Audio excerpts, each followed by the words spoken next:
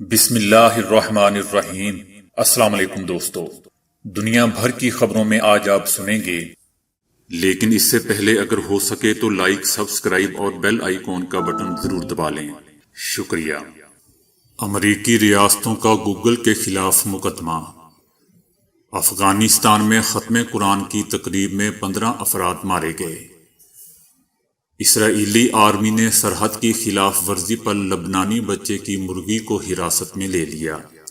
ایک دلچسپ خبر، اب روس کھیلوں کے کسی بھی عالمی مقابلے میں شرکت نہیں کر سکے گا۔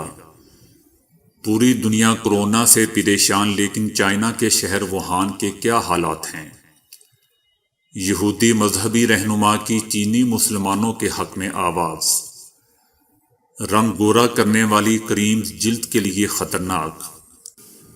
باتیں بھولنے والوں کے لیے سائنسدانوں کی خوشخبری۔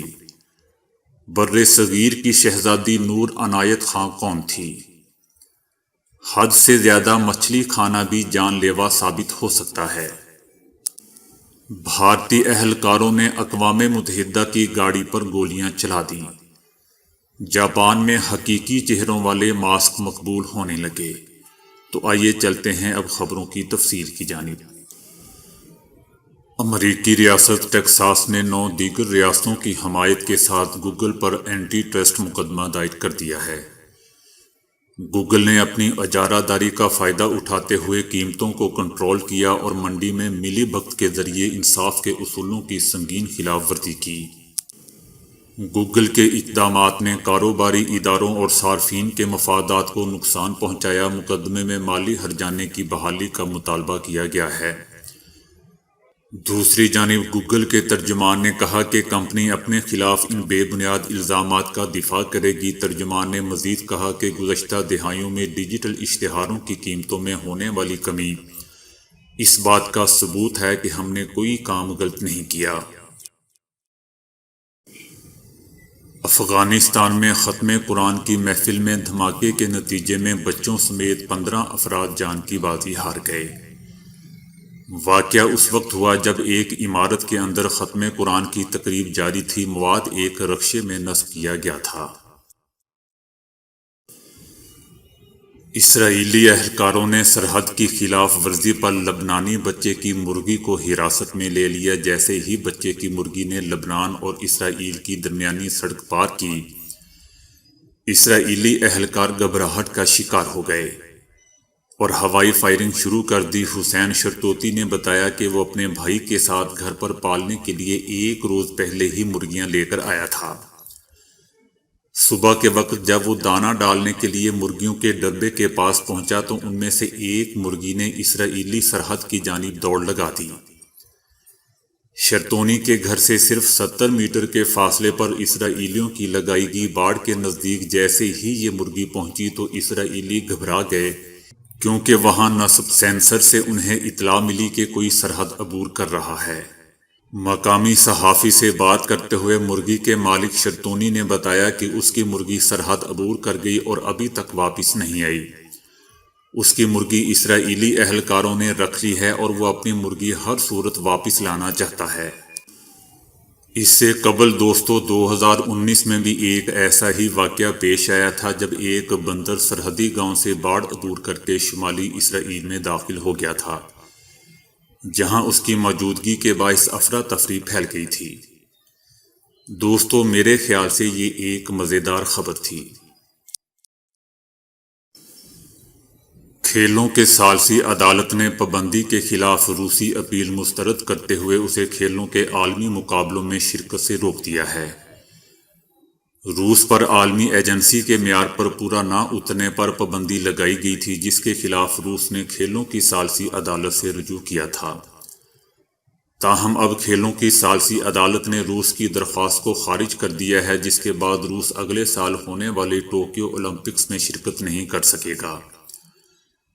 عدالت نے روس پر فٹ بال ورلڈ کپ 2022 کے لیے بھی پابندی لگا دی ہے۔ عدالتی فیصلے کے مطابق روسی ایتھلیٹ انفرادی طور پر مقابلوں میں شرکت کر سکیں گے۔ روس عالمی ایجنسی کو کھلاڑیوں کا ڈیٹا مہیا کرنے میں ناکام رہا تھا۔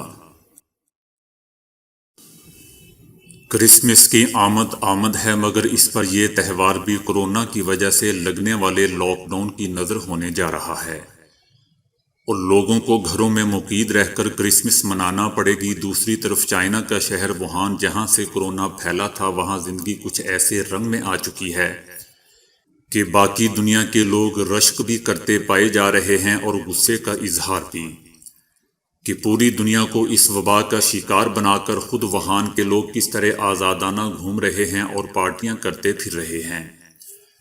ووہان کے شہریوں نے دنیا کا دوستوں شاید سخت ترین لاک ڈاؤن برداشت کیا، جو لگ بھگ 7 ماہ قبل ختم کیا گیا، اور اس کے بعد زندگی اپنی اصل ڈگر پر آنی شروع ہوئی۔ اب ووہان میں زندگی مکمل طور پر معمول پر آ چکی ہے، اور اکثر ایسی پارٹیوں کی تصاویر سوشل میڈیا پر وائرل ہو رہی ہیں کہ باقی دنیا کے لوگ حیران رہ جاتے ہیں۔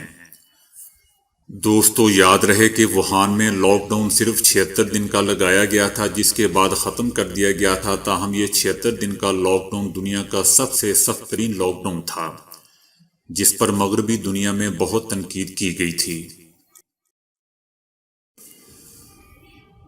دوستو، ایک بڑی عجیب خبر سامنے آئی ہے کہ برطانیہ میں یہودیوں کے سب سے بڑے پیشوا ربیع افرایم چائنا میں یگور مسلمانوں پر ہونے والے مظالم کے خلاف پھٹ پڑے۔ ربیع افرایم نے کہا ہے کہ صدیوں تک یہودیوں پر جو مظالم روا رکھے گئے، ویسے ہی مظالم کا سامنا اس دور میں یگور مسلمانوں کو ہے۔ میں یہودیوں اور یگور مسلمانوں پر ہونے والے ظلم کو ایک جیسا دیکھ رہا ہوں۔ یگور مسلمانوں کو جس طرح اذیتیں دی جا رہی ہیں، اس پر میں بولنے پر مجبور ہو گیا ہوں۔ ان کا کہنا تھا کہ جس طرح 10 لاکھ سے زائد یگور مسلمان مرد و خواتین کو حراستی مراکز میں رکھ کر ان پر ظلم ڈھایا جا رہا ہے، اس کے کافی ثبوت سامنے آ چکے ہیں۔ سیٹلائٹ سے حاصل ہونے والی تصاویر، لیک ہونے والی دستاویزات، ان حراستی مراکز سے رہائی کے بعد فرار ہو کر دیگر ممالک میں پناہ لینے والے یگور مسلمانوں کی گواہیاں، یہ تمام چیزیں اس خوفناک صورتحال کی منظر کشی کر رہی ہیں جو یگور مسلمانوں کو درپیش ہیں۔ ان کا مزید کہنا تھا کہ کیا آج کی جدید دنیا میں یہ سچ ہو سکتا ہے کہ مرد اور عورتوں کو محض اس لیے تشدد کا نشانہ بنایا جائے کہ وہ اپنے عقیدے کو چھوڑنے سے انکاری ہیں۔ انہوں نے کہا کہ مسلمان خواتین کی افزائش نسل کی صلاحیت ہی چھینی جا رہی ہے تاکہ وہ کبھی بھی ماں نہ بن سکیں۔ انہیں جبری طور پر اپنے بچوں سے الگ قید رکھا جا رہا ہے۔ رپورٹ کے مطابق ربیع افرایم نے دنیا سے مطالبہ کیا ہے کہ وہ یگور مسلمانوں کے معاملے پر آزادانہ تحقیقات کروائے کہ چینی یگور مسلمانوں کے ساتھ کیا سلوک روا رکھا جا رہا ہے۔ وفاقی وزیر برائے موسمیاتی تبدیلی زرتاج گل کا کہنا ہے کہ رنگ گورا کرنے والی کریم مرکری کی مقدار بڑھا کر خواتین کی جلد سے کھیل رہے ہیں۔ ان کا کہنا تھا کہ 60 سکن وائٹ کریم کا ٹیسٹ کیا گیا، صرف 3 کے اندر مقررہ معیار کا مرکری پایا گیا۔ وفاقی وزیر کا کہنا تھا کہ انڈسٹری والے اشتہاروں کے ذریعے ہمیں زبردستی چٹا کرنا چاہتے ہیں، ہمیں زبردستی کاسمیٹکس بیچا جا رہا ہے، اس سے ہمیں بیمار کیا جا رہا ہے۔ مردوں میں بھی گورے ہونے کا کمپلیکس ڈال دیا گیا ہے۔ کاسمیٹکس کمپنیوں کو بند کرنا نہیں چاہتے۔ 1 جنوری سے کاسمیٹکس میں مقررہ معیار سے زائد مرکری کا استعمال کی جانچ پڑتال کریں گے۔ بعض لوگوں کو باتیں بھولنے کی عادت ہوتی ہے اور وہ اپنی اس عادت سے تنگ بھی ہوتے ہیں، لیکن اب سائنسدانوں نے نئی تحقیق میں اس حوالے سے ایسی بات بتا دی ہے کہ باتیں بھولنے والے لوگ سن کر شاید خوش ہو جائیں۔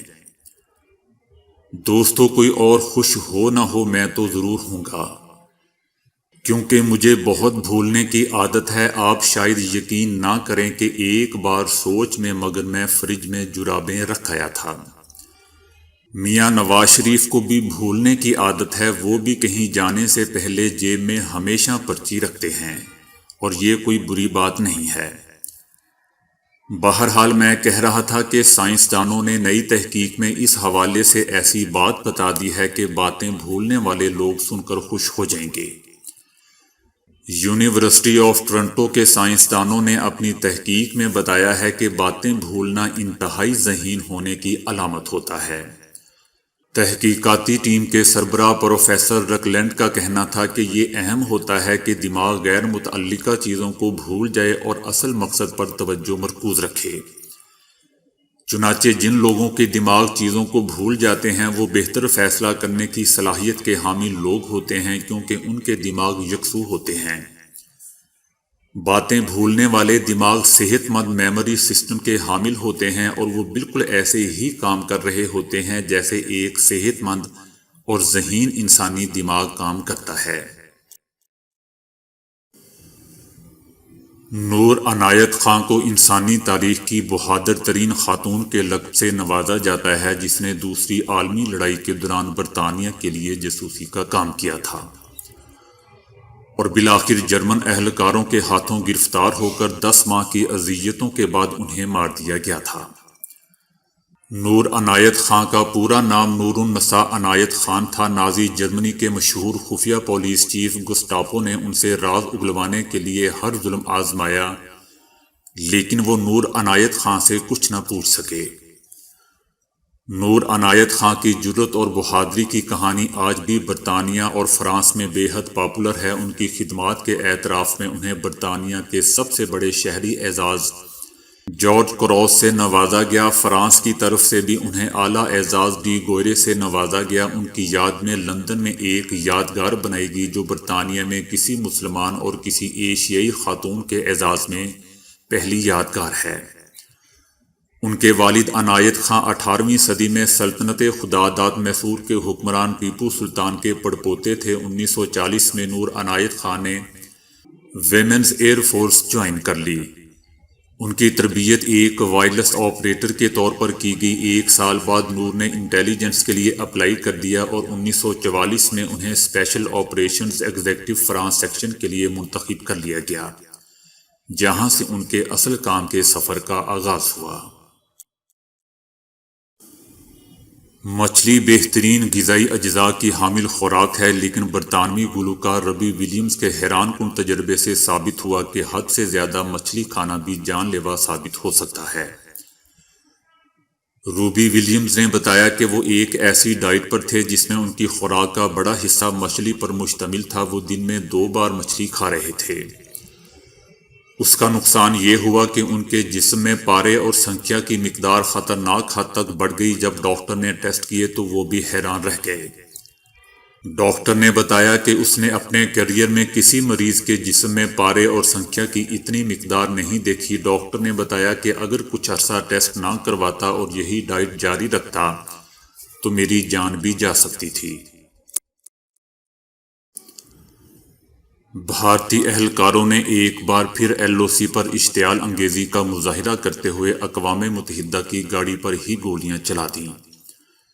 تاہم افسران بال بچ گئے۔ ISPR کے مطابق بھارتی اہلکاروں نے LOC پر چڑی کوٹ سیکٹر میں جان بوجھ کر اقوام متحدہ کی گاڑی کو نشانہ بنایا، جس میں اقوام متحدہ کے 2 آرمی مبصرین موجود تھے جو سیز فائر کے خلاف ورزیوں سے متاثرہ افراد سے ملنے پولاس گاؤں جا رہے تھے۔ بھارتی کارروائیوں سے اقوام متحدہ کی گاڑی کو نقصان پہنچا، تاہم گاڑی میں موجود اقوام متحدہ کے دونوں مبصرین محفوظ رہے، جنہیں پاک آرمی نے بحفاظت راولاکوٹ منتقل کیا۔ ISPR کے مطابق اقوام متحدہ کی گاڑیاں واضح طور پر دور سے بھی پہچانی جاتی ہیں اور ان پر UN نے لکھا دور سے بھی نظر آ جاتا ہے۔ اس کے باوجود انہیں نشانہ بنایا گیا۔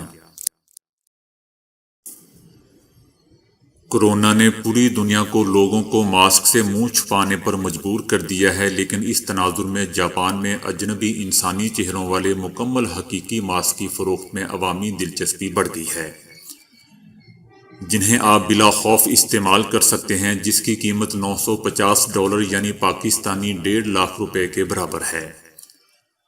لیکن ماسک بنانے والے جس ماڈل یا اداکار کا انتخاب کرتے ہیں اسے بھی تقریباً نصف قیمت ادا کرتے ہیں۔ تو دوستو آج کے لیے اتنا ہی۔ ویڈیو کو لائک اور شیئر کرنے کا بہت بہت شکریہ۔